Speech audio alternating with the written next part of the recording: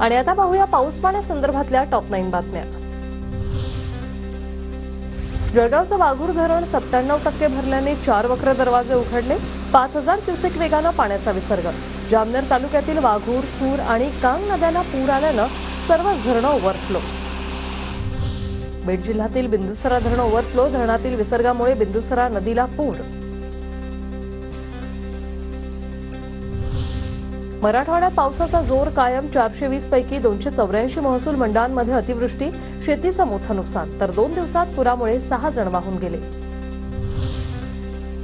विदर्भासह मराठवाड्यातील Chhatrapati Sambhajinagar, Jalna, परभणीला yellow alert. तर उत्तर महाराष्ट्रातील नंदुरबार, धुळे, जळगावसह सातारा आणि पुण्यात हलक्या पावसाचा अंदाज।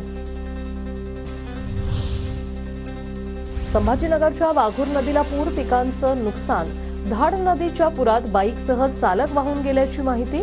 तर फुलंब्रीमध्ये 45 वर्षीय व्यक्तीही पुरात वाहून गेला।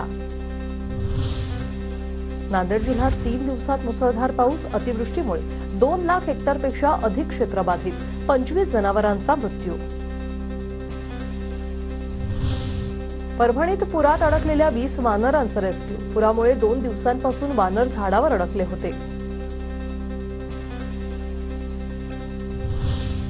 परळीतील सरस्वती नदीला पूर। अनेक नागरिकांच्या घरांमध्ये पाणी शिरलं। जनजीवन विस्कळीत।